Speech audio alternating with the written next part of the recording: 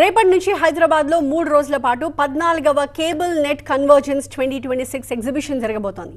HITEX exhibition సెంటర్లో జరిగే సాంకేతిక ప్రదర్శనలో cable TV, broadband, OTT, FTTH, mobile, IoT, IPTV, CC cameras, security solutions, home automation, ICT రంగాలకు చెందిన సంస్థలు పాల్గొంటాయి.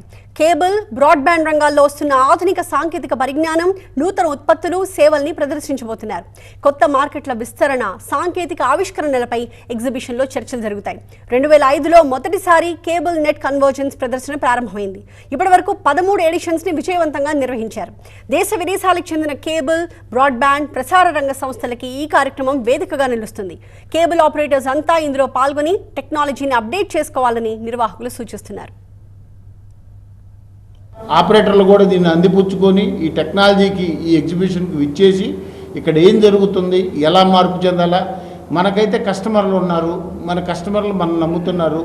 లోకల్ కేబుల్ ఆపరేటర్లు ఎప్పుడూ లోకల్ కేబుల్ ఆపరేటరే.